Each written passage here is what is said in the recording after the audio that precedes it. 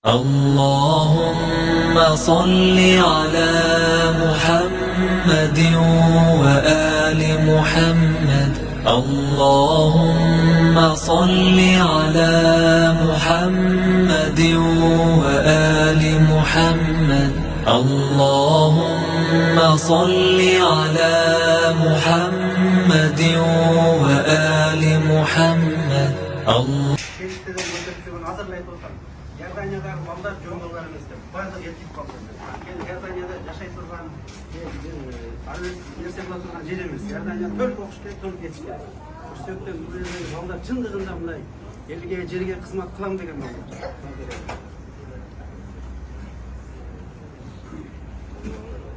Assalamu alaikum, hurmatlı alımlar, hurmatlı ustazlar, bardыңдар Allah'ın rahmeti rayımı diyor.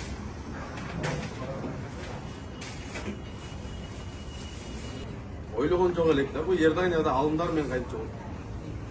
Максат ustaz айтат эле.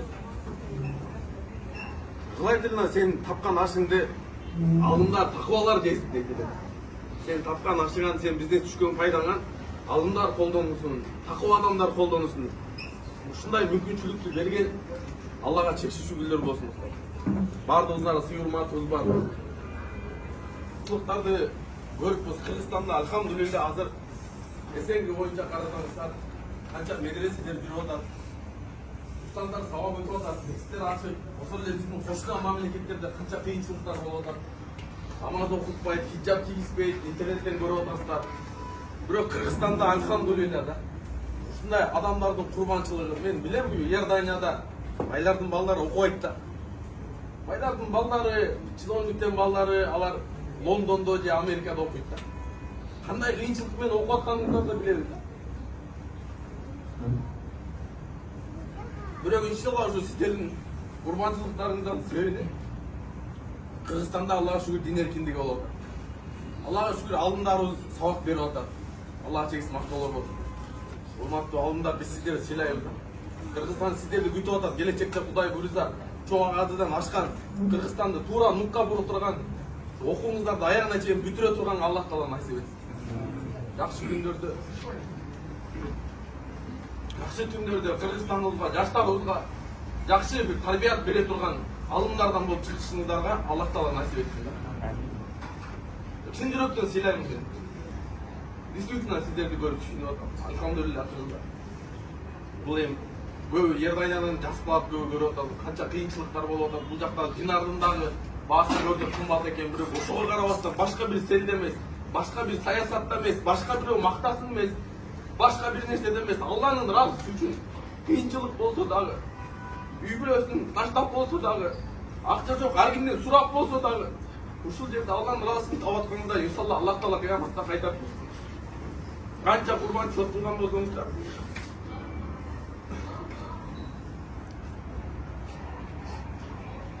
Аллах Таала ошону кыяматта эселеп берсин. Сиздер толкундан атабыз кечирим сурайм иншалла Кудай буйрса. Азыр Элдардамда берди айытта акыбалда Кудай буйрса. Ердайны алымдарга кызмат кылабыз иншалла Кудай буйрса. Акырын баштадык. Бул эми арабтарда макал бар экен, инсанды түзгөн планда инсан тагдыры билет. Негизи план боюнча Египетке барыш керек эле, ошактан виза чыккан, чакыруу чыккан.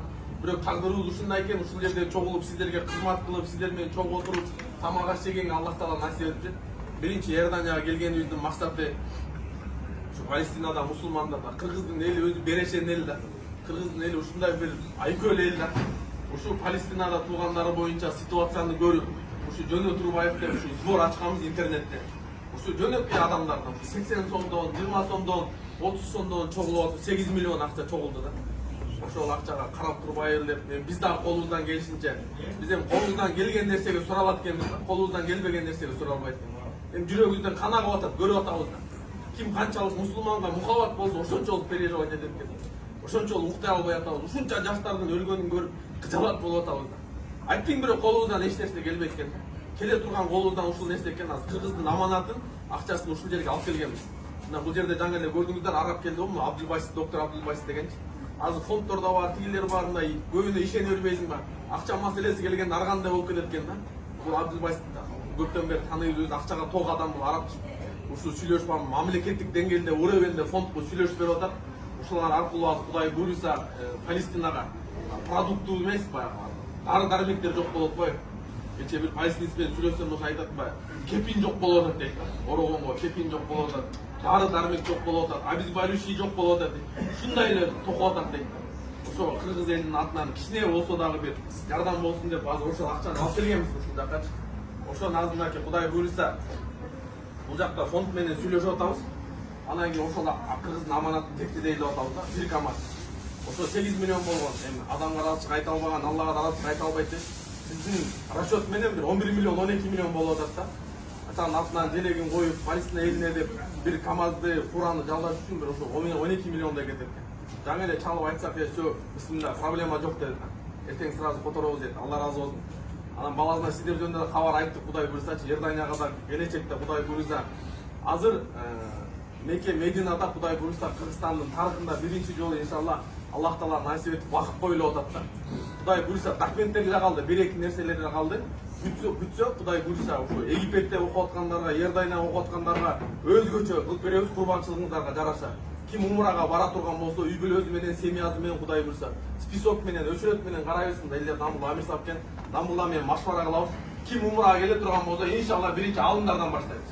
Бисмилла, билетиңиз, визаңыз бар болсо, любой күнү келип, любой күнү жатып, бала чакаңыз менен барасызбы, аялыңыз менен барасызбы, балаңыз менен барасызбы, бир тууганыңыз менен барасызбы, ушул вакыттын коюлуп аткан максаты сиздер үчүн да. Кийин келечекте балдарыңыз окуй турган болсо, балдарыңыз окусун Кудай буйрса иншалла. Ошону бир бөлүгүн ушундай кылып атабыз. Андан тышкары баягы зданияны алгандан кийин 5 этажда 14-15 комната бар экен, баягы подвалы бар. Подвалында мындай эми кой жамат бара турган болсо, койка кылып жакшы жайындап коюлуп атабыз. Магазинде бар экен, аренда түшүп турат экен. Ошол арендадан да түшкөн Кудай буйрса максат бул план эми Алланын планы кандай экенин билбейбиз го, биздин пикир.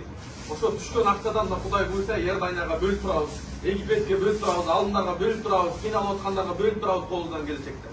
Андан кийин азыр Кудай буйрса Аллага шүгүр, бизнесмендер кичине акыл эсине кирип калды.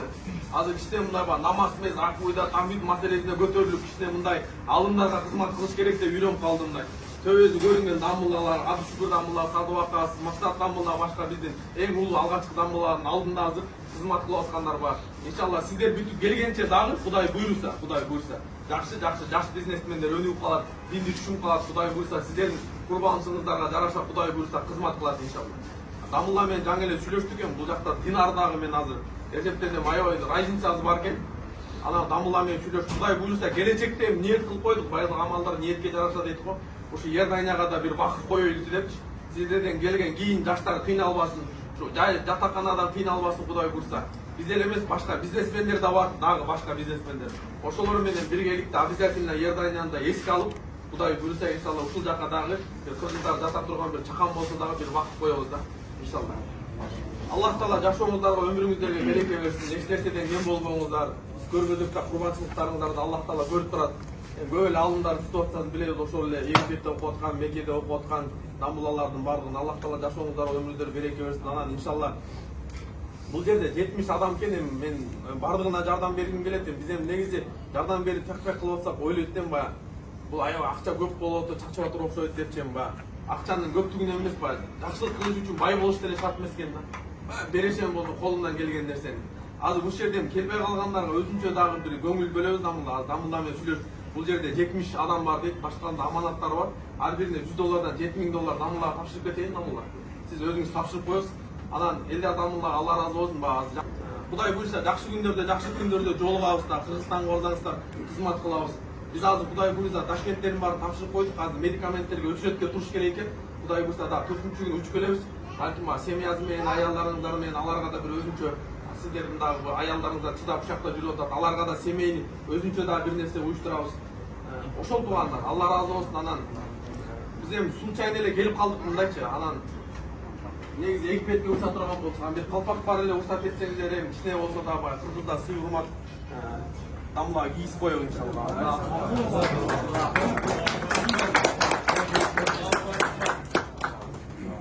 Себеби эми Амир сап болуп кызмат кылыш, неме кылыш оңой эмес да Дамбулла. Башка бир подарок Кыргызстандан ала келейин десек эми Дамбулла. Дамбулла келиңиз, onu iyi istoyun çizgin. Çoğunluğu kazanan emeği var.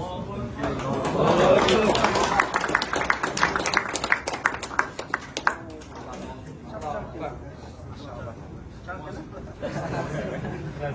Allah razı olsun.